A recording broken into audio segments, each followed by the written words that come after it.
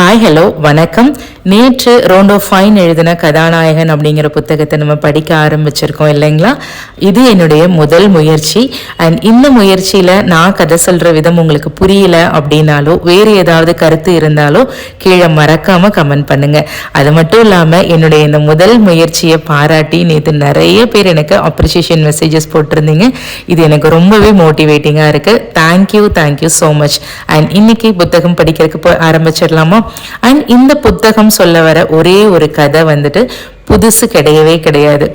காலமா நிறைய பேர் சொல்லிட்டு இருக்க ஒரு கதை தான்.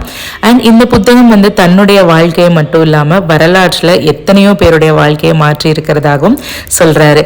அண்ட் இந்த புத்தகத்தோட கதையில வரவங்க வெவ்வேறு நாடுகளை சேர்ந்தவர்களாகவும் வெவ்வேறு கலாச்சாரத்திலிருந்து வந்தவர்களாக இருந்தாலும் இந்த கதையின் சாராம்சம் ஒன்னே ஒண்ணுதான் அப்படின்னு சொல்லியிருக்காரு.